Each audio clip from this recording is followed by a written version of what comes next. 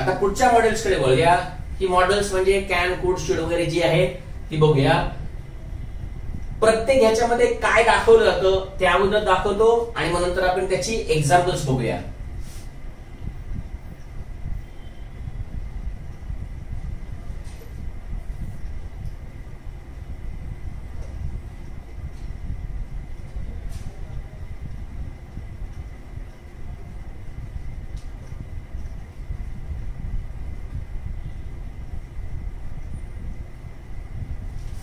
Can, could, may, might, should आणि must.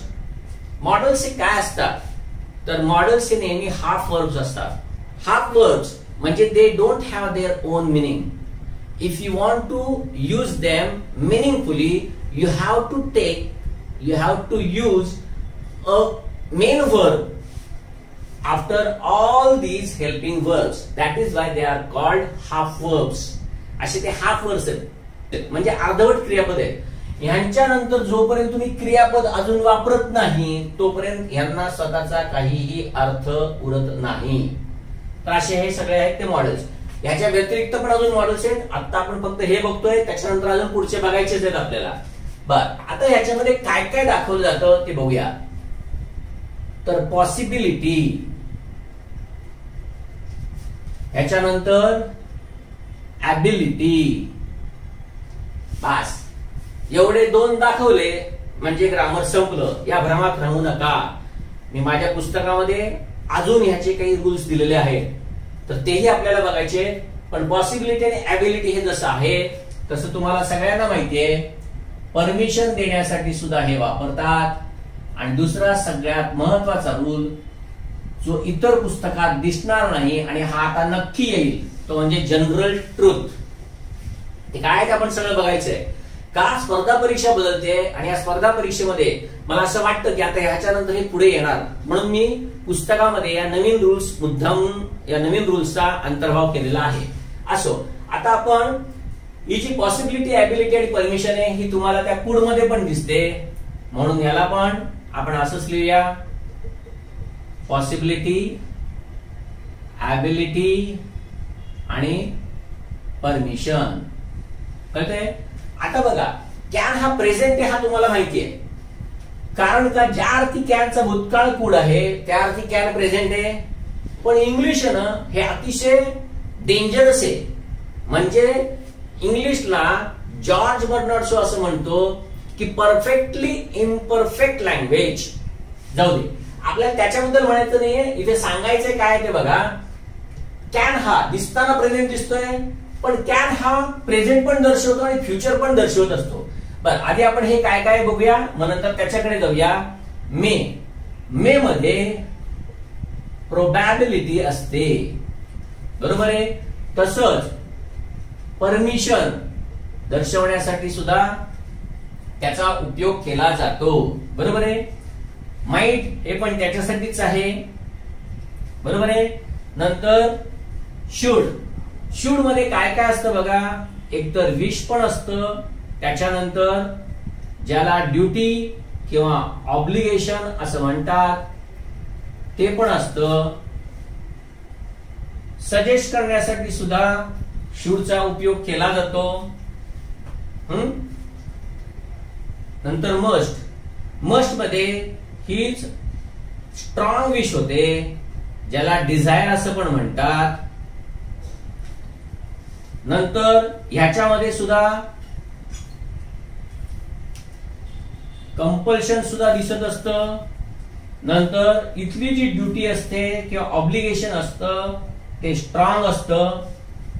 तसंच याच्यामध्ये ऑर्डर पण दिली जाते. तसंच याच्यामध्ये अजून एक सगळ्यात महत्वाचं म्हणजे ज्याला सपोजिशन असं म्हणतात. याला एक इंग्लिश मध्ये ग्रामर मध्ये अजून एक शब्द आहे ज्याला डिडक्शन असं म्हणतात. त्याच्यासाठी सुद्धा ह्याचा उपयोग होतो. तसंच प्रोहिबिशन साठी सुद्धा याचा उपयोग होतो. कोणी आता हे लिहित बसू नका, पुस्तकामध्ये आहे कारण पुस्तक जास्तीत जास्त वापरा. इथे आता फक्त समजून घेण्याचा प्रयत्न करा. आता मी इथे काय सांगते ते बघा आणि ते बेसिक तुम्हाला खूप चांगल्या पद्धतीनं समजलं पाहिजे.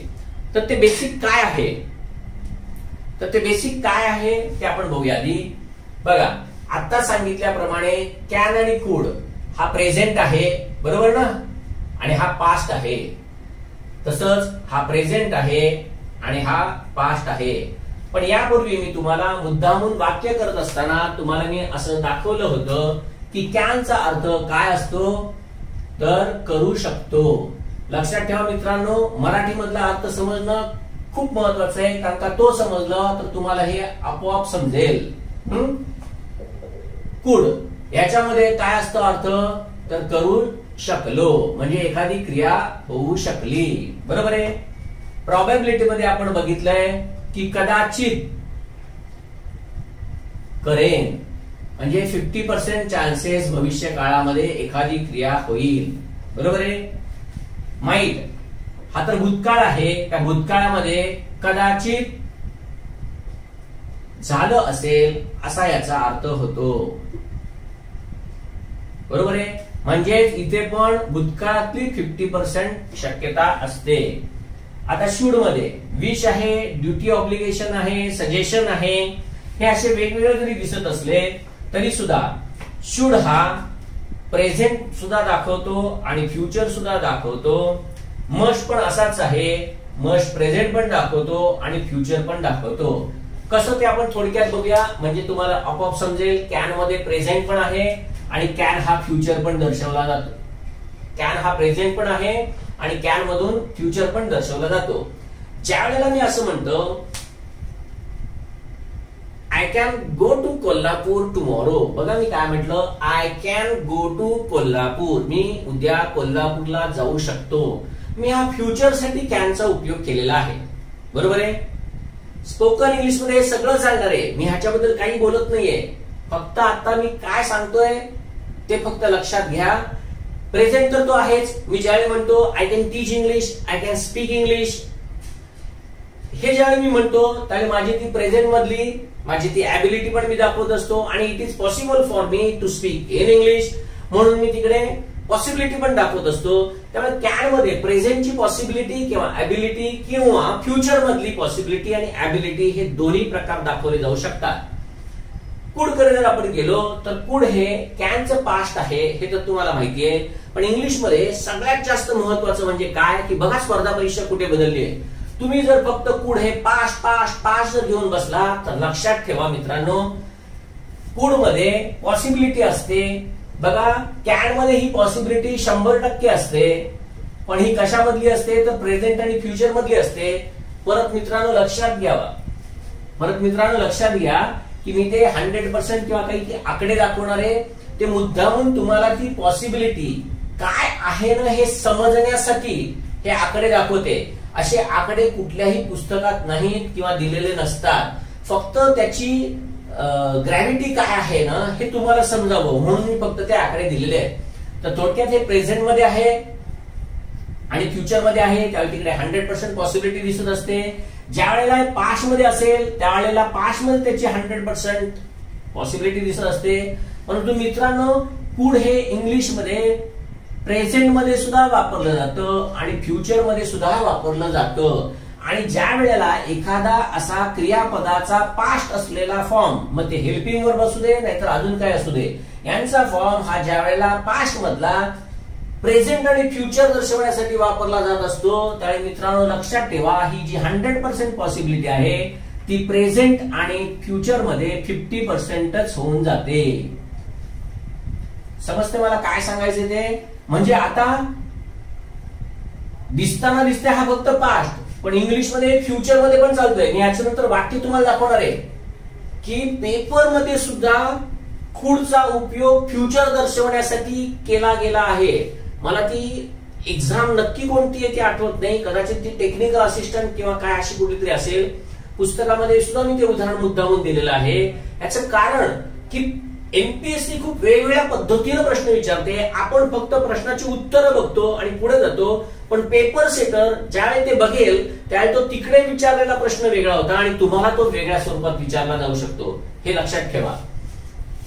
बर, मे आता दाखवलं प्रेझेंट पण आहे तसंच फ्युचर मध्ये पण आहे. मे मध्ये मात्र हीच प्रॉबॅबिलिटी किंवा पॉसिबिलिटी ही 50% असते. कशासाठी? प्रेझेंट आणि फ्युचर मध्ये. बघा इथे ज्याप्रमाणे 50% झाली त्याप्रमाणे इथे पण हीच पॉसिबिलिटी ही 50% झालेली आहे. म्हणजे आता मी काय नियम सांगतोय तो नीट लक्षात घ्या, कारण का हा पेपर मध्ये आणि ते सुद्धा राज्यसभेमध्येच येऊन गेला. तो काय आहे तो बघा, की आता तुम्हाला हे दिसेल की कूड आणि मे या दोघांची पॉसिबिलिटी सेम आहे 50%. कळलं? अजून डीप मध्ये याचे जाता येईल, पण एवढी काही परीक्षेसाठी आता गरज नाही. आता मी काय सांगतोय ते नीट लक्षात घ्या. आतापर्यंत रेन मार्टिनच्या ह्याच्याप्रमाणे पुस्तकाप्रमाणे मेला सगळेजण आपण प्रोबॅबिलिटी म्हणत होतो आणि कॅनला पॉसिबिलिटी म्हणत होतो.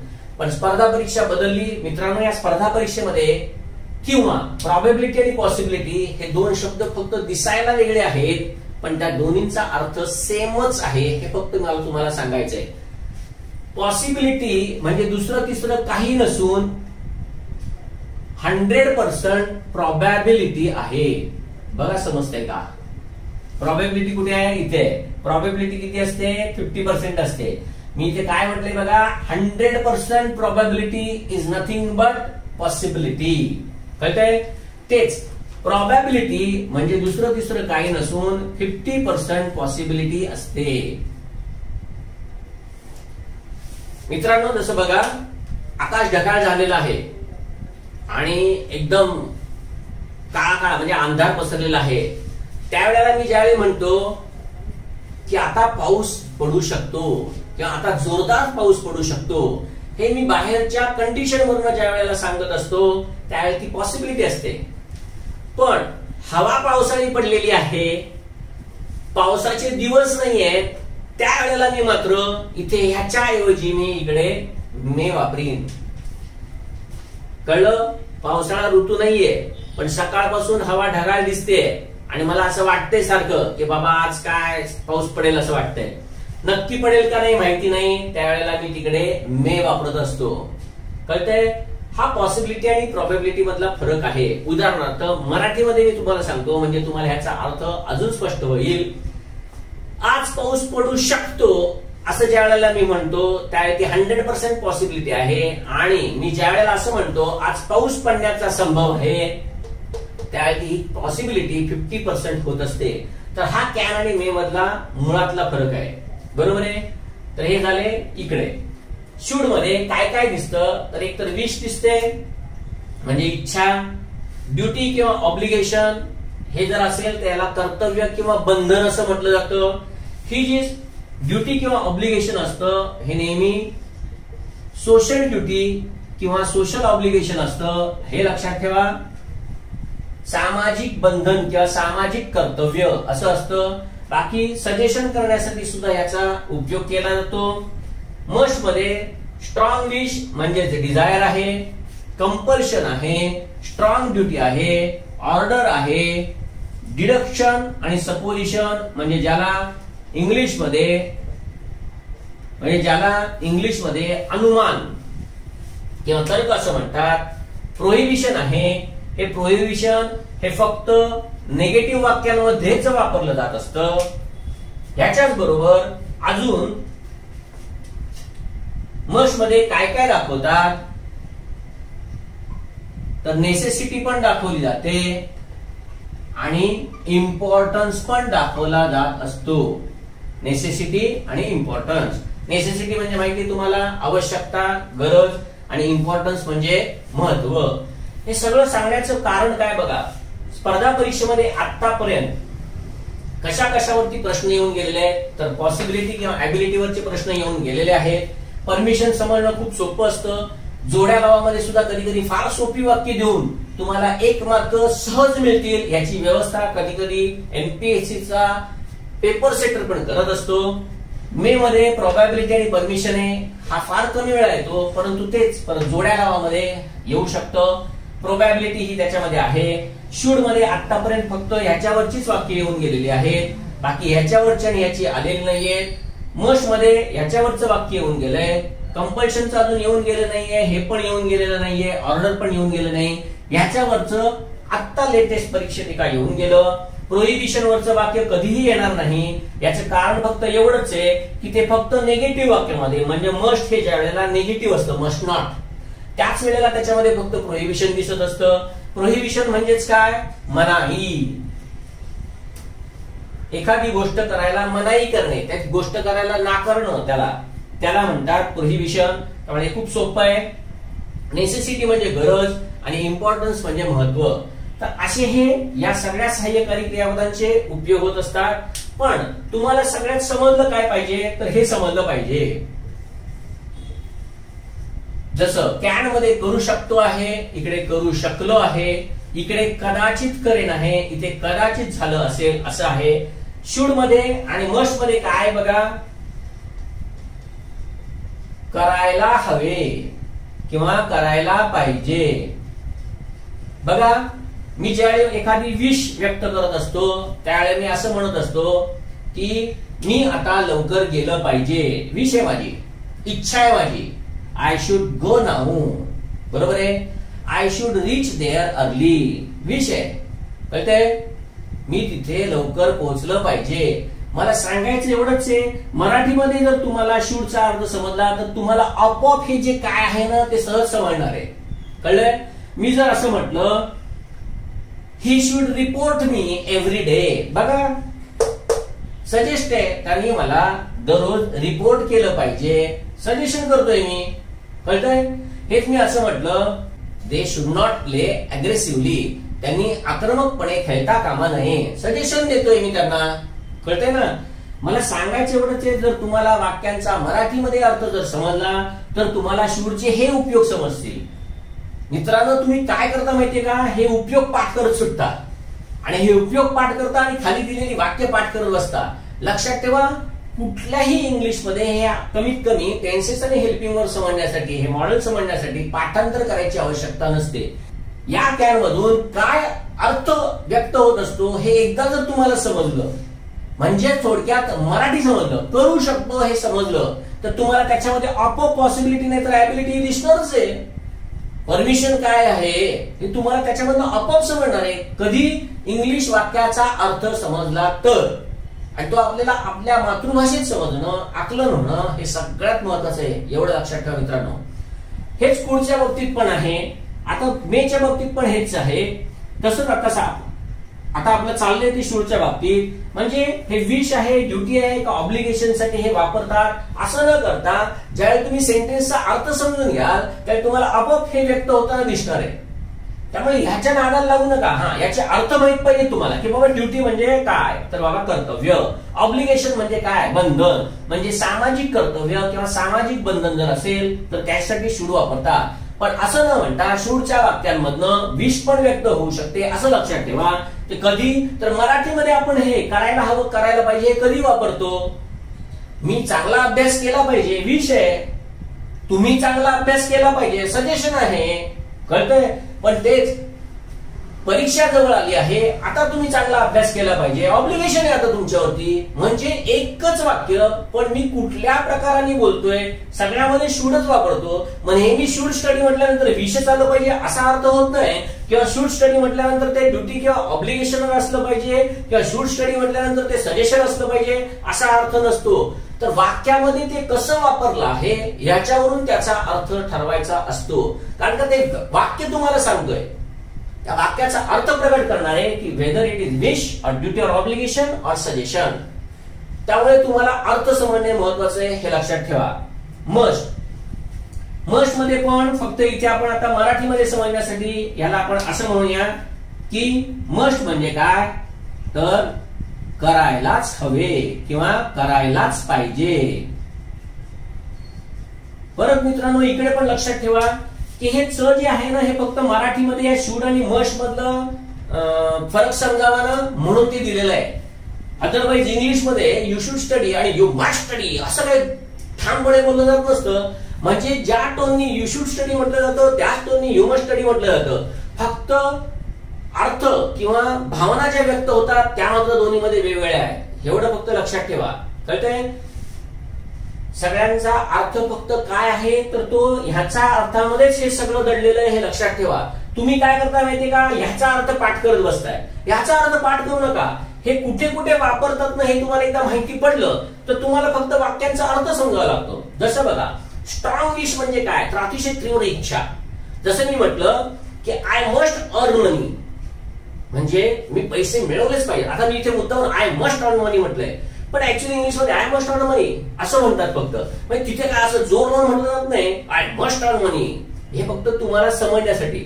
म्हणजे मी ज्या वेळेला असं म्हणतो ही मस्ट वर्क हार्ड, मग ह्याचा अर्थ काय, तर ही मस्ट वर्क हार्ड याच्यामधनं मी हे सांगतोय, माझी विश सांगतोय की मग त्यांनी असं केलंच पाहिजे. कळतंय? ज्यावेळेला मी कंपल्शन सांगत असतो त्यावेळी ते कंपल्शन समोरच्या व्यक्तीवरती करत असतो. हे ज्यावेळी मी कंपल्शन करत असतो त्यावेळी मी त्याला फक्त हेच म्हणेन यू मस्ट स्टडी हार्ड, म्हणजे त्याच्यामध्ये आपोआप कंपल्शन दिसणार आहे. After entering the society you must shut the doors of the gate. Compulsion सांगतोय मी, कळलं का? सोसायटीच्या आतमध्ये प्रवेश केल्यानंतर तुम्ही काय केलं पाहिजे, तर सोसायटीचे गेट लावलं पाहिजे. कंपल्शन आहे. स्ट्रॉंग ड्युटी किंवा स्ट्रॉंग ऑब्लिगेशन हे कशासाठी आहे, समजा तुम्ही सिग्नलला आहात, सिग्नल तुम्हाला रेड दिसतोय आणि तरी सुद्धा तुम्ही पळत आहात, ही स्ट्रॉंग ड्युटी आहे तुमची. कळलं का, की तुम्ही हे काय केलं पाहिजे, पाळलंच पाहिजे. कशासाठी, स्वतःसाठी, इतरांसाठी, समाजासाठी. म्हणजे इथे स्ट्रॉंग ड्युटी येते. तुम्ही मोटरसायकल ज्या वेळेला चालवता त्यावेळेला तुम्ही हेल्मेट घातलं पाहिजे, ही स्ट्रॉंग ड्युटी आहे. ज्यावेळेला तुम्ही कार ड्राईव्ह करत असता त्यावेळेला तुम्ही सीट बेल्ट वापरला पाहिजे, स्ट्रॉंग ड्युटी आहे. का, ते जर नाही केलं तर काय होईल हे तुम्हाला माहिती आहे. पुढचं ऑर्डर सांगितलं. सपोजिशन आणि डिडक्शन कडे आपण नंतर येऊया. प्रोहिबिशन म्हणजे हे फक्त निगेटिव्ह वाक्यामध्ये असतं. म्हणजे मी समजा असं म्हटलं you must not waste your time, तुम्ही तुमचा वेळ वाया नाही घालवला पाहिजे. प्रोहिबिशन आहे, मी मनाई करतोय. Children must not go outside unless there parents permit, मुलांनी जोपर्यंत त्यांचे आई वडील त्यांना परवानगी देत नाहीत तोपर्यंत बाहेर नाही गेलं पाहिजे. प्रोहिबिशन आहे, मस्ट नॉट म्हणतोय मी. कळतंय? नेसेसिटी म्हणजे गरज. गरज कुठली कुठली असते, I must read this book for my exam, necessity आहे. कळलं का, इथे काय स्ट्रॉंग विश किंवा कंपल्शन किंवा हे नाहीये, तर ते आवश्यकता आहे माझ्यासाठी. कळलं का? अ प्रॉसिक्युटर किंवा a lawyer must know all the laws, necessity आहे. त्याच्या कर्तव्य म्हणजे तो जे काम करतोय त्यासाठी ते आवश्यक आहे, नेसेसिटी आहे. इम्पॉर्टन्स आहे, काही काही ठिकाणी इम्पॉर्टन्स.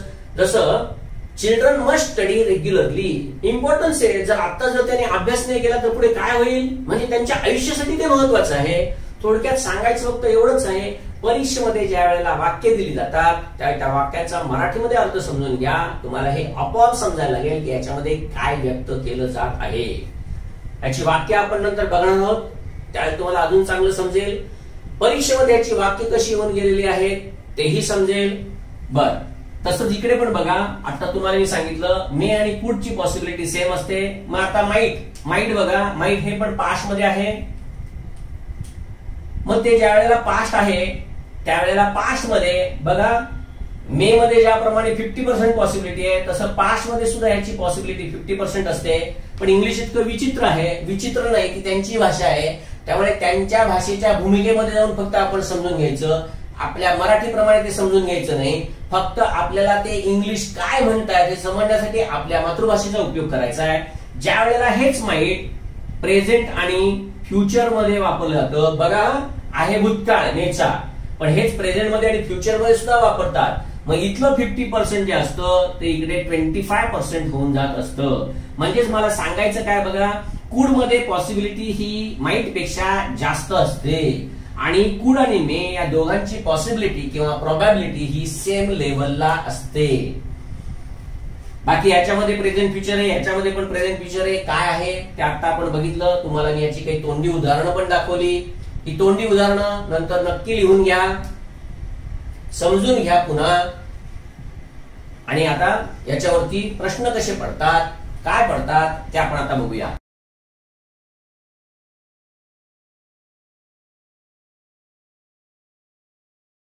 बर, आधी पहिल्यांदा आपण कॅनची वाक्य बघूया. कॅन मध्ये आतापर्यंत पॉसिबिलिटी आणि प्रोबॅबिलिटी किंवा ॲबिलिटी हे दिसतं, हे तुम्ही बघितलं बरोबर आहे.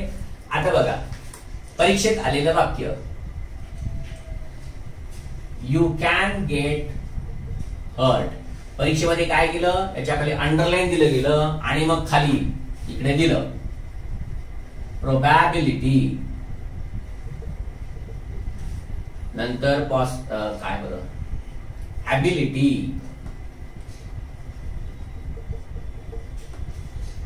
परमिशन.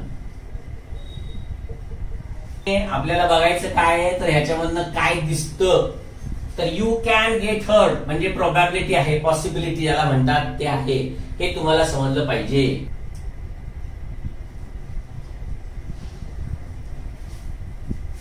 कळतंय, तर ह्याच्यामध्ये तुम्हाला प्रोबॅबिलिटी आहे समजलं पाहिजे. तसंच मी समजा असं म्हटलं, he can drive any vehicle, अर्थात पॉसिबिलिटी दिसते, सहज समजतं. म्हणजे पॉसिबिलिटी आणि ॲबिलिटी दर्शवण्यासाठी आय कॅन स्पीक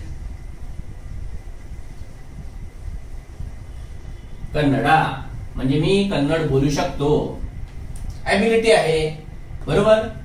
ज्याप्रमाणे कॅन हे प्रोबॅबिलिटी किंवा पॉसिबिलिटी आणि ॲबिलिटी दाखवतं, तसंच कुड पण दाखवतं, हे तुम्हाला सांगितलंय. बघा समजा मी असं म्हटलं,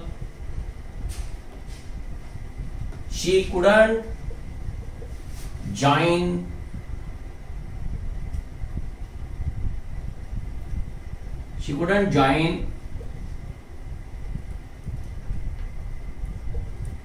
in the meeting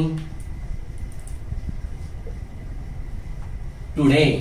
बघा आता कुडचा उपयोग आहे. उद्या परीक्षेमध्ये समजा तुम्हाला असं दिलं आणि ह्याच्या खाली दिलं तुम्हाला काय, प्रोबॅबिलिटी, ॲबिलिटी,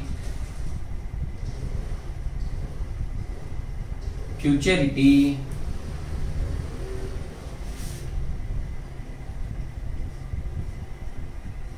आणि सजेशन. बघा तुम्ही काय करणार, she couldn't join the meeting today म्हणजे ती आज मीटिंग जॉईन करू शकत नाही. काय दिसते, तुम्ही फ्युचर बघणार का प्रोबॅबिलिटी म्हणणार. तर आता आपण बघितलं की ज्या वेळेला कुड हे फ्युचर मध्ये दर्शवलं जातं त्यावेळेला ते मेच्या बरोबर असतं, म्हणजे इकडे प्रोबॅबिलिटी आली पाहिजे. कळतंय.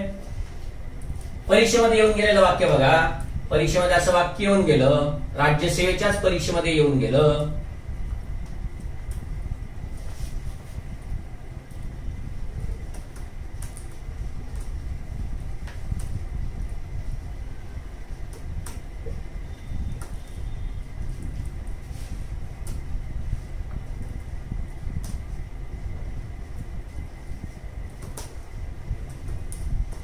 याच्यामध्ये पण आयोगाने ए बी सी डी असं केलं.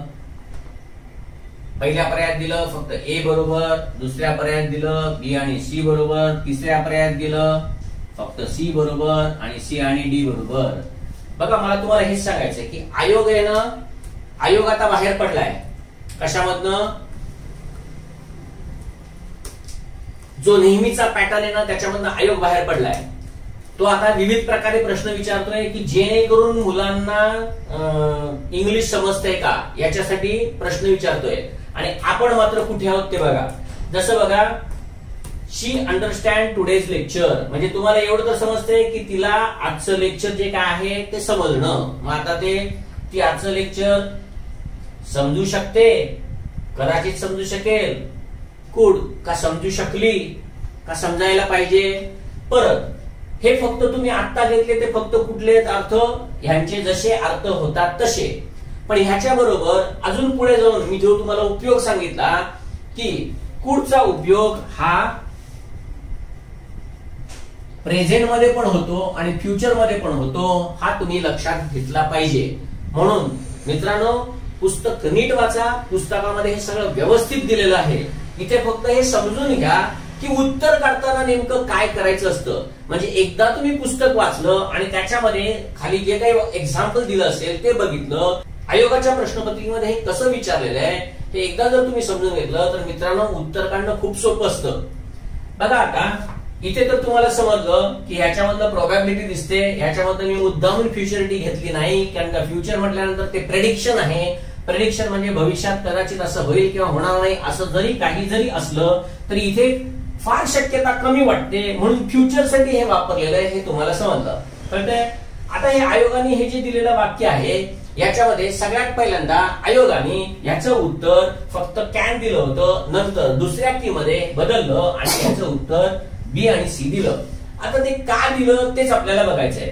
याचा अर्थ काय होतो बघा, की तिला आजचं लेक्चर समजू शकतं असा त्याचा अर्थ आहे.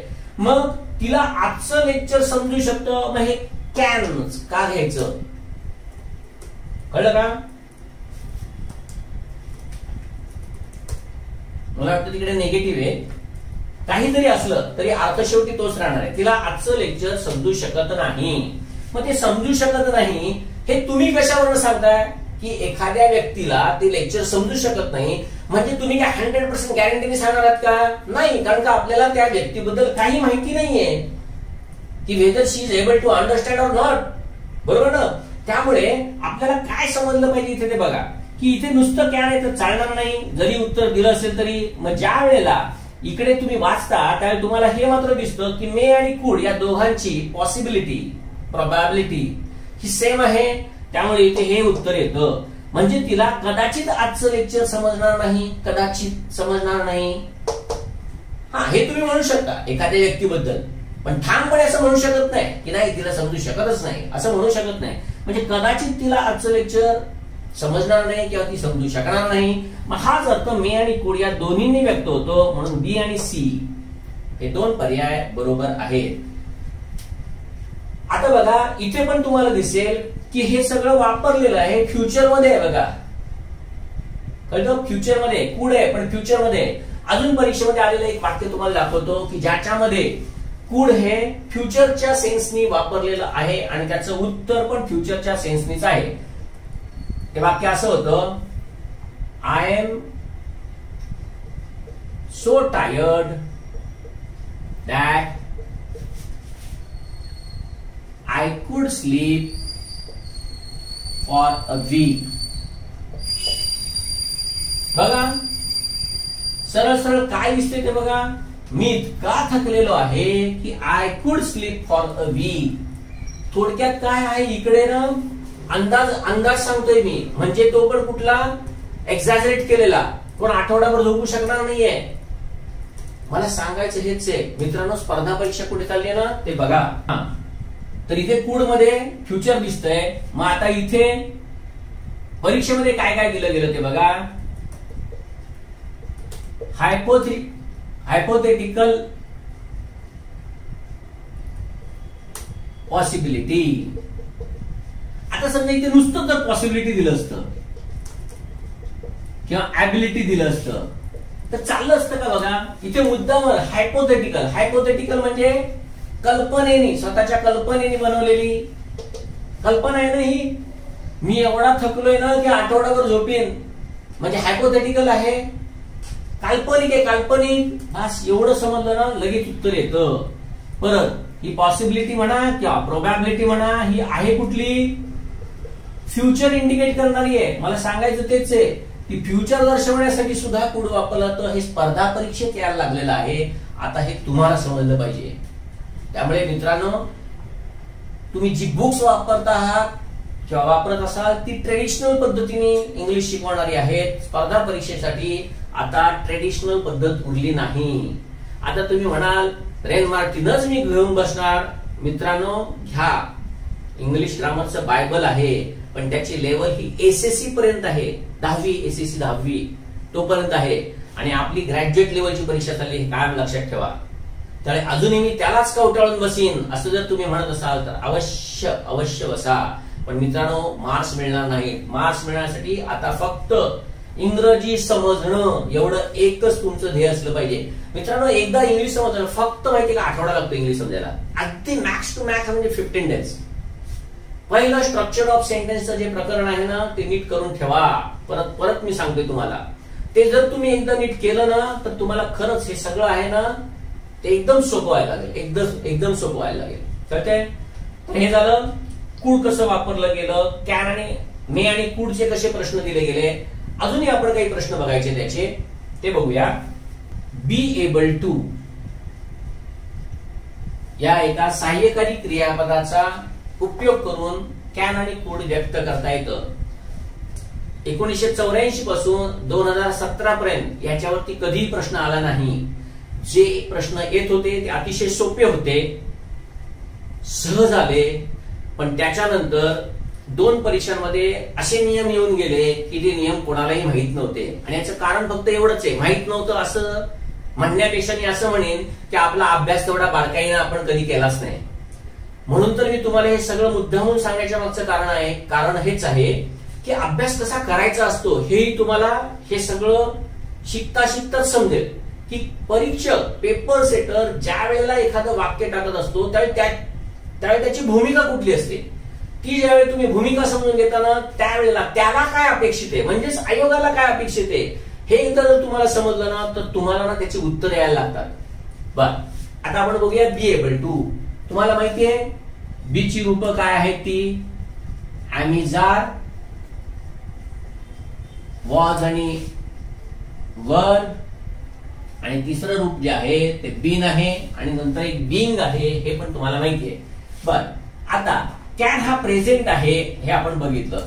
त्यामुळे इथे त्याचा अर्थ मात्र काय होणार आहे, ज्या वेळेला तुम्हाला कॅन वापरायचं असेल त्यावेळेस सब्जेक्ट, त्याच्यानंतर सब्जेक्ट प्रमाणे एम, इज किंवा आर घ्यावं लागेल. याच्यानंतर एबल टू घ्यावं लागेल. ज्या वेळेला टू असतो त्यावेळेकडे बेस वर्ब किंवा मूळ क्रियापदच वापरलं जात असतं. याच्यानंतर ऑब्जेक्ट आणि मग रिमेनिंग पार्ट. जसं मी जर असं म्हटलं I can drive a car, ह्याचाच अर्थ I am able to drive a car असा होतो. ज्यावेळी मी असं म्हणतो शी कॅन अंडरस्टँड इंग्लिश, तर त्याचा अर्थ होतो she is able to understand English. Negative करायचं असेल तर इथे नॉट पण येऊ शकतं किंवा नॉटच्या ऐवजी तुम्ही अनेबल पण वापरू शकता. बरोबर आहे. अर्थात स्पर्धा परीक्षा ही आपल्यासाठी खूप सोपी आहे, कारण का इथे ऑब्जेक्टिव्ह इंग्लिश आहे. त्यामुळे आपल्याला लिहायचं काहीच नाही, आपल्याला फक्त ओळखायचं आहे. म्हणजे थोडक्यात काय माहितीये का, मंदिरात जायचं, चप्पल बाहेर काढायची, देवाचं दर्शन घ्यायचं आणि नंतर येताना फक्त आपली चप्पल घेऊन फक्त बाहेर जायचंय. म्हणजेच काय की आपल्याला इंग्लिश लिहायचं नाहीये, आपल्याला प्रश्नपत्रिका बघायची, तिथल्या त्या देवाचं म्हणजेच वाक्यांचं दर्शन घ्यायचं. बरोबर दर्शन घेऊन झाल्यानंतर बरोबर चुकीचं आणि बरोबर काय आहे ते ओळखायचं आणि बरोबरच्या याला टिक मारायची, काळ करायचं आणि निघून यायचं. कळतंय? स्वतःचं डोकं अजिबात वापरायचं नाही. पेपर सेटरला काय अभिप्रेत आहे हे ओळखण्याचा प्रयत्न करायचा, म्हणजे हे सगळं सहज शक्य होतं. तर हे झालं कॅनचं. अर्थात कूड मध्ये नंतर काय होणार आहे, सब्जेक्टच्या नंतर वॉच किंवा वर येईल, ह्याच्यानंतर एबल टू येईल, मग टू असल्यामुळे पुढे मेन वर्ब म्हणजे बेस वर्ब आणि मग पुढचं. म्हणजे समजा असं वाक्य दिलं, they could practice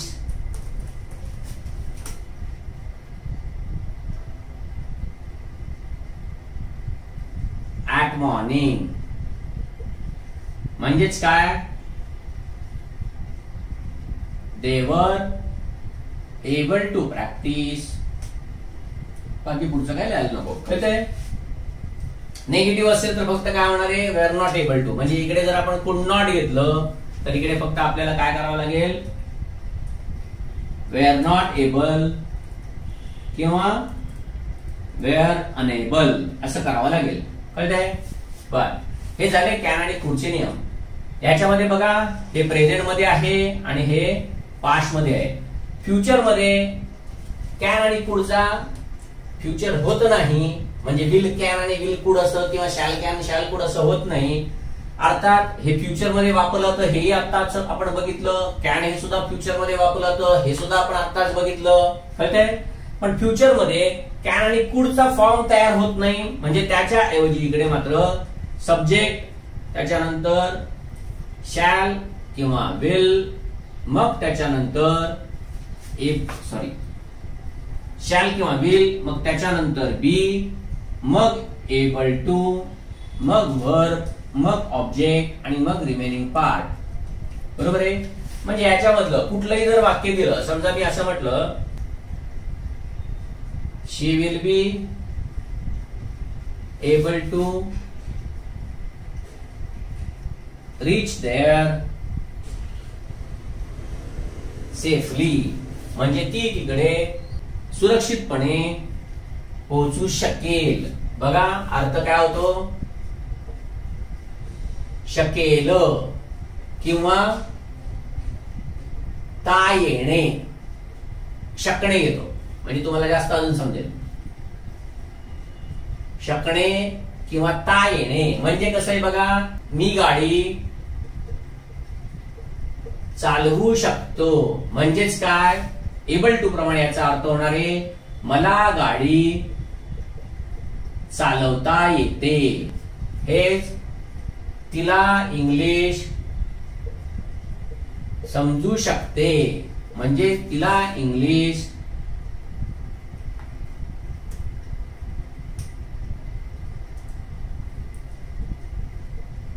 समजता येते, म्हणजे ती समजू शकते. कारण मराठीमध्ये काही काही क्रियापद अशी होत नाहीत, पण याच्या ठिकाणी जर मी असं म्हटलं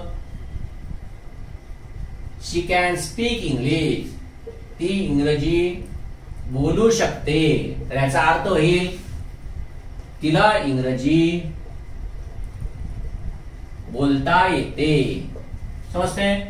इकडे बघा ते सकाळी प्रॅक्टिस करू शकले नाहीत, इकडे ते त्यांना प्रॅक्टिस करता आली नाही. बघा इकडे काय, करू शकले नाही, त्यांना प्रॅक्टिस करता आली नाही. काय नाही, फक्त मी इंग्लिश वाक्यांचे मराठीमध्ये अर्थ सांगतोय. आणि इकडे ती सुरक्षित पोहोचू शकेल, म्हणजे तिला सुरक्षित पोहोचता येईल. कळतंय. थोडक्यात काय, कॅन आणि कुड याला सबस्टिट्यूट, कळलं, कॅन आणि कुड याचा सबस्टिट्यूट म्हणजे च्या ऐवजी, कळलं, सबस्टिट्यूट म्हणून बी एबल टू वापरता येतं. आता परीक्षक ह्याच्यामध्ये सुद्धा कसा गोंधळ करतो आणि आपल्याला कसं फसवतो परीक्षेमध्ये, ते आता आपण बघूया. अजून एक कॅन मध्ये झालेला प्रश्न बघा.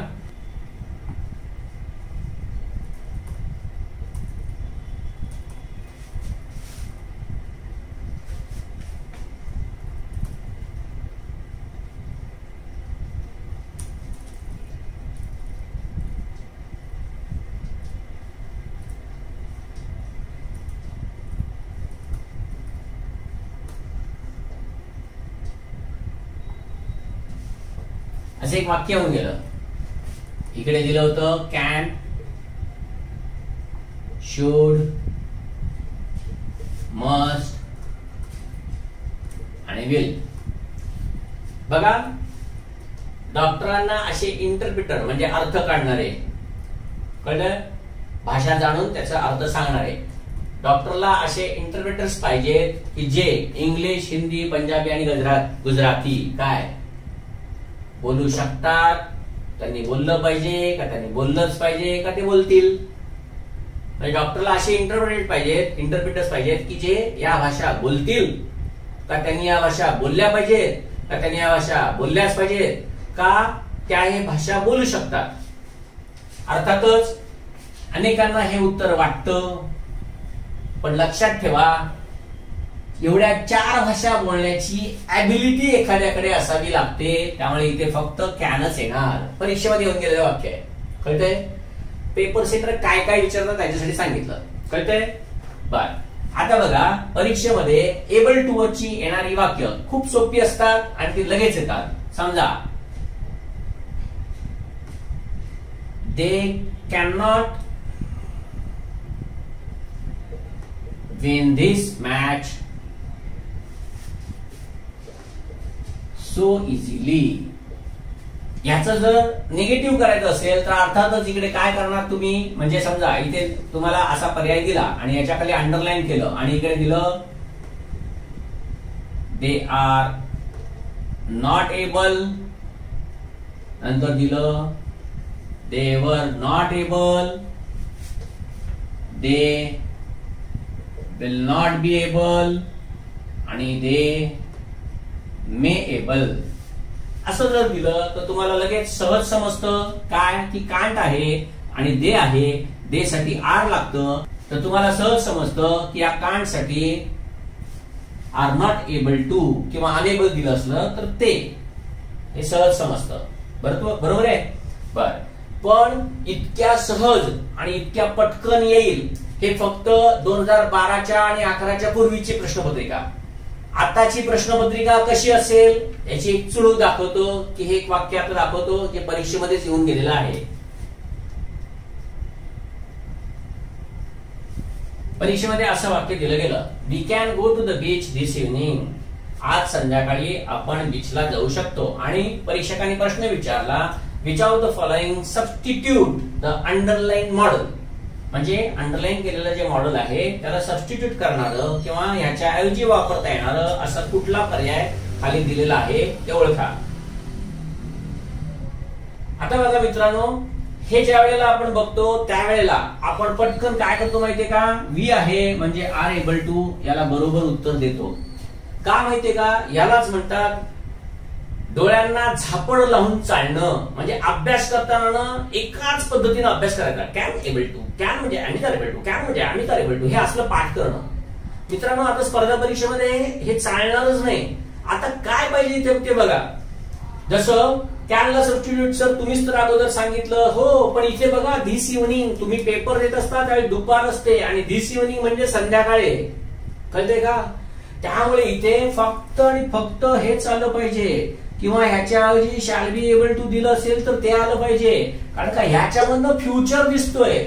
आणि हे ज्यावेळी तुम्हाला समजेल ना त्यावेळी तुम्हाला समजायला लागेल की पेपर सेटर काय फसवताय. इथे उद्या धिस इव्हनिंगच्या ऐवजी टू नाईट दिलं, टू नाईटच्या ऐवजी जर समजा टुमॉरो दिलं, इकडे कॅन गोच्या ऐवजी इथे समजा असं दिलं, we can visit Jammu Kashmir this vacation. या सुट्टीला आपण जम्मू काश्मीरला व्हिजिट देऊ शकतो. मग आता इथे येणार आहे काय सांगायचं, मला फक्त एवढंच म्हणायचंय की तुम्हाला त्याच्यामध्ये फ्युचर हा अंतर्भूत आहे, तिथे तो दाखवतोय. ह्या अशा काहीतरी फ्रेज दिलेला असणार, त्या फ्रेज बघायला पाहिजे. त्यामुळे नुसतं ना हे बघितलं पटकन उत्तर दिलं आर एबल टू, हे चालत नाही. वाक्य पूर्ण वाचा. तिकडे नेहमी काही ना काहीतरी एक मेघ असते ना, ती दिलेलीच असणार आहे. आणि ती मेघ ज्यावेळी दिली जाते त्यावेळेला याला म्हणतात माहितीये का की फक्त पोपटपंची कारभार. बघितलं कॅन दिला आर एबल टू, मोकळा झाला, मस्त आहे की मला 1 मार्क मिळाला, या भूमिकेतून बाहेर आला. अजिबात नाही मित्रांनो. म्हणून म्हणतोय डोकं वापरायला शिका. प्रश्न बघत असताना प्रत्येक शब्द अशा पद्धतीने वाचा ना की तुम्हाला तोच शब्द सांगेल, अरे इथे हेच पाहिजे, हे चालणार नाही. हे बरोबर तो शब्द तुम्हाला, ती फ्रेज तुम्हाला सांगेल. त्यामुळे घाईघाईनं निर्णय घेऊ नका. कळलं का? परीक्षेमध्ये हे अतिशय महत्वाचं आहे. Patience, keep patience, observe patience, हेच तिथे पाहिजे. आणि तो पेशन्स जेवढा ठेवाल ना तसतशी तुम्हाला ही उत्तरं समजायला लागतील. कळतंय? हे झालं एबल टू च. बरं, दुसरा एक सगळ्यात महत्वाचा नियम आता आपल्याला शिकायचा आहे जो परीक्षेमध्ये विचारला गेला. कुड आणि वॉज वर एबल टू याचा नियम. आता हा नियम काय आहे ना तो नीट समजून घ्या. कळतंय?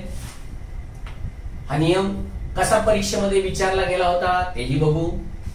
वाक्य परीक्षेमध्ये अशी दिली गेली.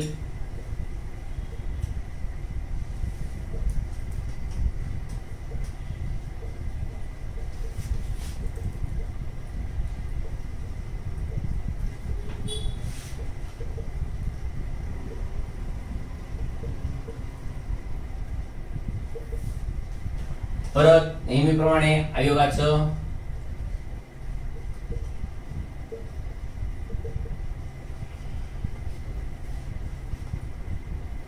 आता याचा नियम काय आहे तो आता आपण बघू. त्यासाठी मी ते काही वाक्य देतो आली तुम्हाला, म्हणजे तुम्हाला समजेल.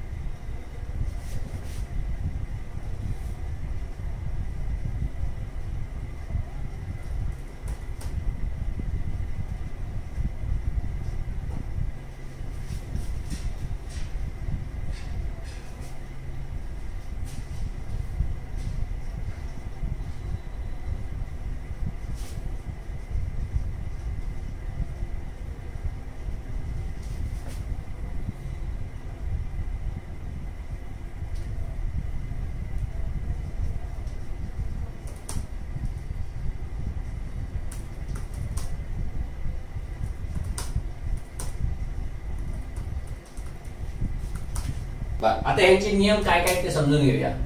आतापर्यंत आपण जो काही अभ्यास करतो तो अभ्यास आपल्याला परीक्षेमध्ये कसा मारक ठरतो आणि पेपर सेटर काय विचित्र प्रकारे, ऍक्च्युअली प्रकार विकार विचित्र काही नाहीये, फक्त तुमच्या असलेल्या ज्या काही अभ्यासाच्या कॉन्सेप्ट आहेत किंवा तुम्ही आतापर्यंत जो अभ्यास करताय तो अभ्यास कसा चुकीचा आहे आणि काय अभ्यास आपण आणि कशा पद्धतीने आपण अभ्यास केला पाहिजे मला तुम्हाला इथे सांगायचंय.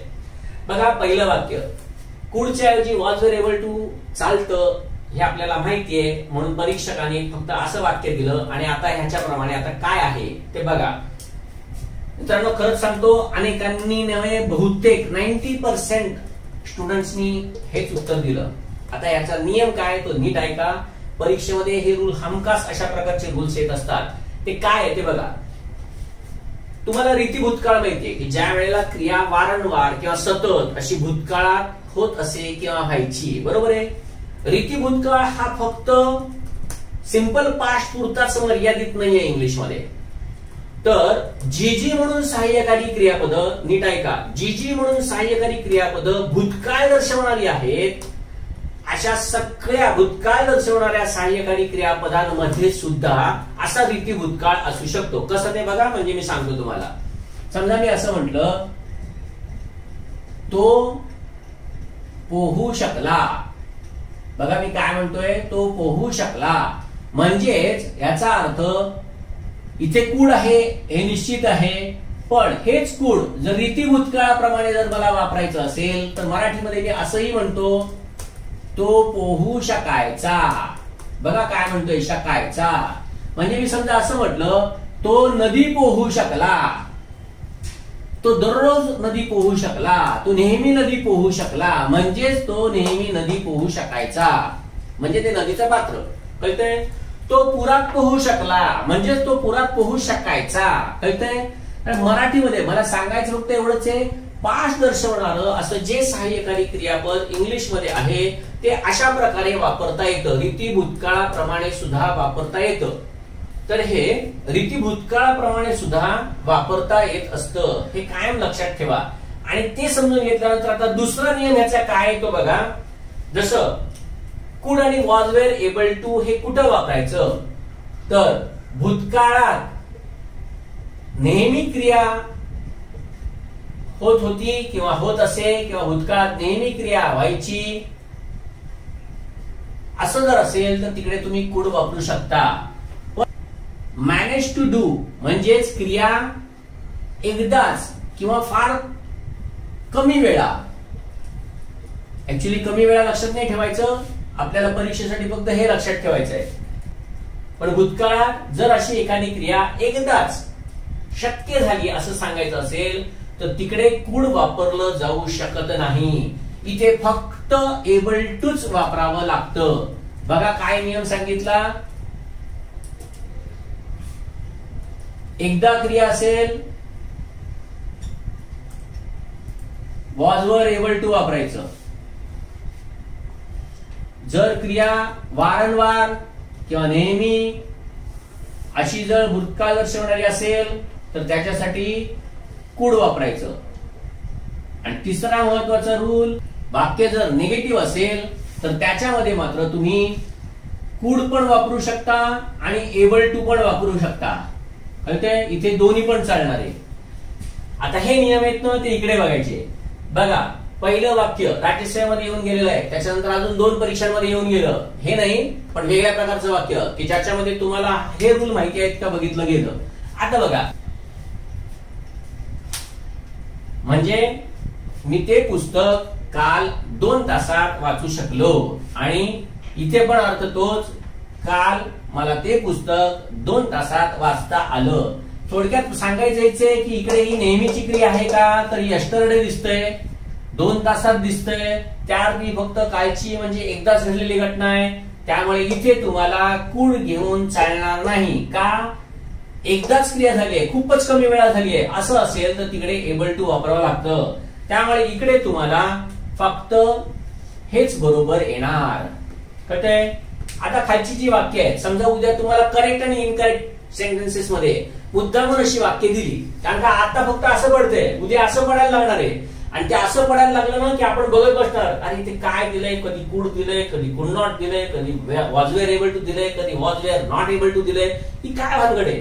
आता सांगितलं हे बघा, लक्षात ठेवा, निगेटिव्हची वाक्य कदाचित पडायची पण नाही, कारण का दोन्हीकडे नियम सेम आहे. बघा ना कुठे पडलंय निगेटिव्हचं वाक्य. त्याच्यानंतरच्या सुद्धा परीक्षांमध्ये जे पडलेलं वाक्य आहे त्याचं निगेटिव्हचं वाक्य पडलंच नाही.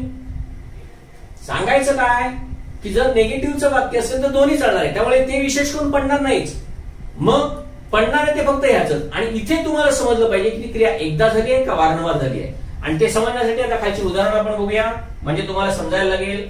जसं बघा, he couldn't do this work alone, याचा अर्थ काय बघा आणि ते काय आहे ते बघा. He could not do this work alone negative वाक्य आहे, त्यामुळे इथे अजिबात आता ही क्रिया एकदा झाली आहे का अनेकदा झाली आहे कसं काय ओळखणार. ज्या अर्थी धिस वर्क दिलंय त्या अर्थी ती एकदाच झालेली घटना आहे. पण त्याच्याही पलीकडे जाऊन तुम्हाला ह्याच्यामधनं ते जरी समजलं तरी निगेटिव्ह दिसतंय ना, मग इथे कुडंट असू दे नाहीतर he was unable to do असू दे, दोन्ही पण चालणार आहे हे लक्षात ठेवा. कारण का निगेटिव्ह मध्ये तर दोन्ही चालणारच आहे. पुढचं बघा, they were unable to protect themselves from those goons, म्हणजे त्या गुंडांपासून ते स्वतःचं संरक्षण करू शकले नाही, की हे वाक्य बरोबर आहे. पुढचं बघा, she could pass this exam with distinction, म्हणजे तीही परीक्षा डिस्टिंक्शनने पास होऊ शकली. बरोबर, अजिबात नाही, चूकच आहे. याचं कारण का? धिस एक्झाम आहे, कळतंय? आता इथे शी कुड पास नुसतं असं दिलं असतं, all exams with distinction throughout her educational career, असं जर दिलं असतं तर मात्र आता इथे पुढे चाललं असतं. समजतंय का मी काय सांगतोय ते? बघा, तिच्या संपूर्ण शैक्षणिक कारकिर्दीमध्ये ती सर्व परीक्षा डिस्टिंक्शनने पास होऊ शकली, म्हणजे पास होऊ शकायची. अनेकदा, वारंवार, नेहमी सतत क्रिया होतीये, चालणारे कुड.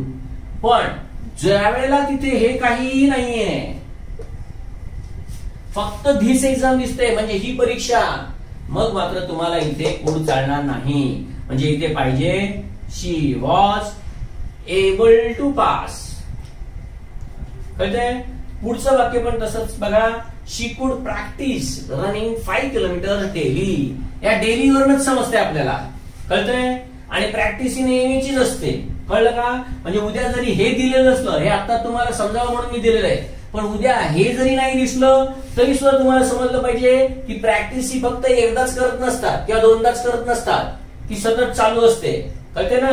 त्यामुळे इकडे मात्र पुढचा उपयोग बरोबर केलेला आहे, कारण का नेहमीची क्रिया आहे.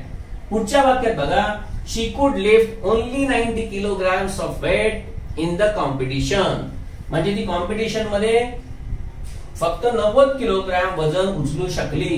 चूक, कारण का एकदाच झालेलं आहे, म्हणजे इथे एबल टू चाच उपयोग झाला पाहिजे. She was able to lift.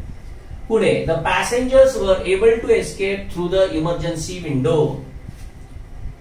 रेल्वेच्या डब्यांना किंवा एसटी बसला इमर्जन्सी विंडो असते बघा, संकटकाळी बाहेर पडण्याचा मार्ग. Passengers were able to escape through the emergency window, एकदाच झालंय, त्यामुळे इथे वेअर एबल टू आहे आणि हे बरोबर आहे. पुढचं, we could reach the sea shore with the help of a life boat, आम्ही समुद्र किनाऱ्याला लाईफ बोटच्या मदतीने पोहोचू शकलो. चूक, का? कारण का एकदाच झालेलं आहे, त्यामुळे इथे एबल टूच वापरलं गेलं पाहिजे, म्हणजे वी वर एबल टू. समजतंय? तर अशा प्रकारे कॅन आणि कुड यांचा उपयोग परीक्षेमध्ये येतो. अत्यंत महत्वाचा नियम आहे, नीट लक्षात ठेवा. पुढचा नियम बघू.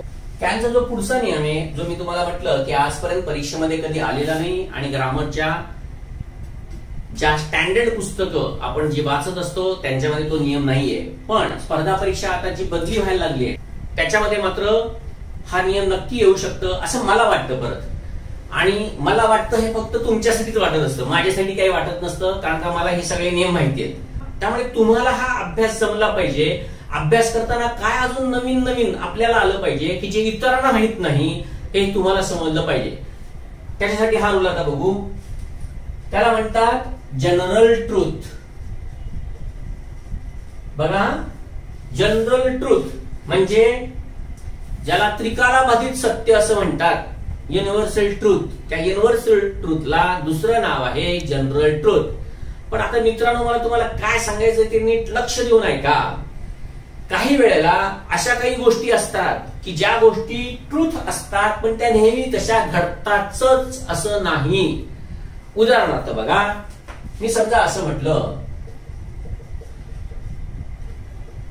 एक्सेसिव्ह ईटिंग ऑफ शुगर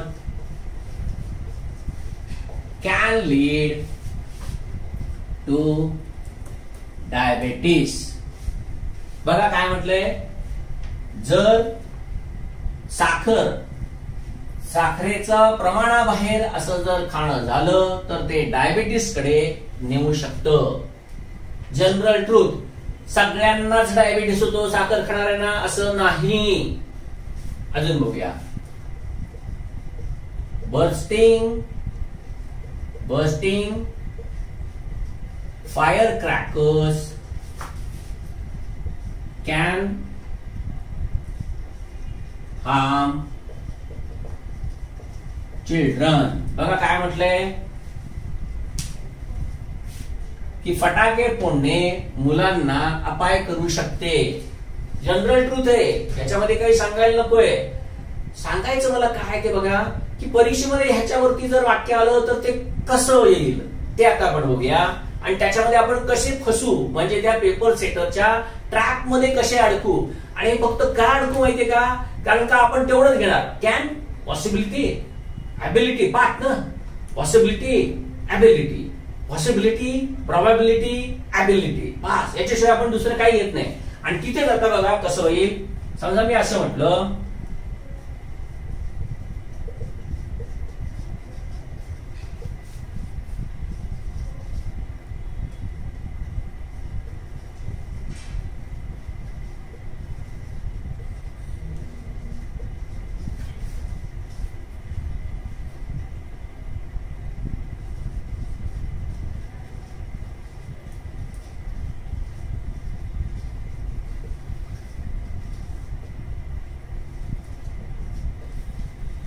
आता उद्या समजा तुम्हाला असं कॅनच्या खाली अंडरलाईन केलं आणि इकडे तुम्हाला दिलं ऍबिलिटी, प्रोबॅबिलिटी,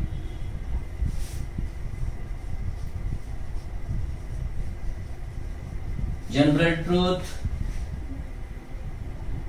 आणि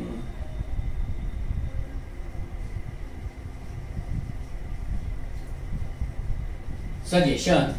बघा कसे फसवणारे पर्याय आहेत बघा. मोबाईल टॉवर बर्ड्स ना घाबरवू शकतात, हे तुम्हाला मला सगळ्यांना माहिती आहे.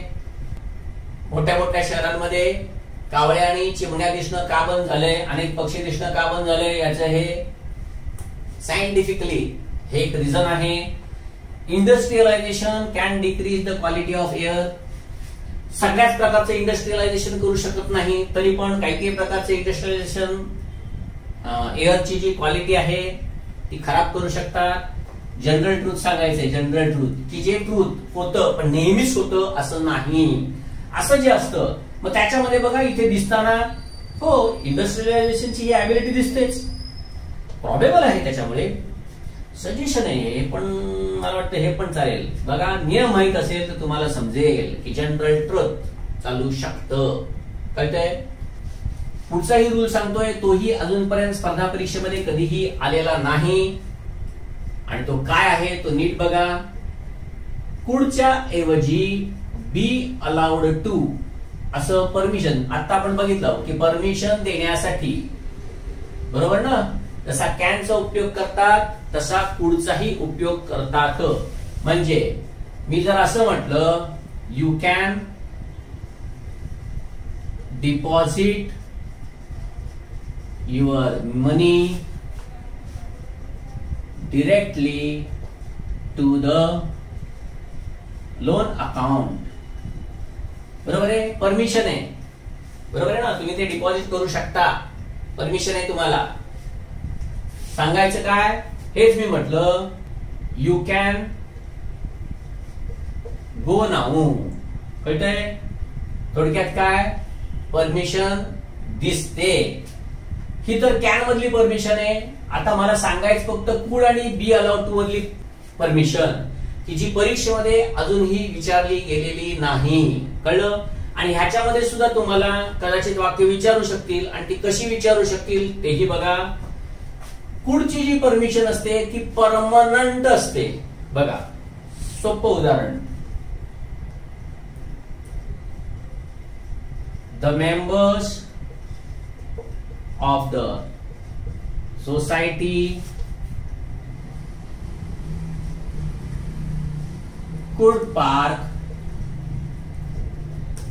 their vehicle in the premises. बरोबर आहे. The members of the society could park their vehicle in the premises. म्हणजे त्या सोसायटीमध्ये राहणारे जेवढे म्हणून मेंबर आहेत ते त्यांचे व्हेइकल त्या पार्किंग मध्ये लावू शकतात. परवानगी दिलेली आहे, पण कुठलीही परमनंट परमिशन आहे हे लक्षात ठेवा. कळते का. बर अजून एखादं वाक्य बघूया. द स्टुडंट्स कुड sit in the library and read the books. कळतंय? परमनंट आहे, परमनंट परमिशन, समजतंय? पण हेच जर एकदा परमिशन असेल, कळलं का, तर मात्र तिकडे कुड कधीही वापरलं जाऊ शकत नाही. तर एकदाच्या परमिशन मध्ये कुड वापरलं जाऊ शकत नाही. परत ह्याच्यासाठी तुम्हाला हेच समजलं पाहिजे की वाक्याचा अर्थ, जसं दो ही हॅड नो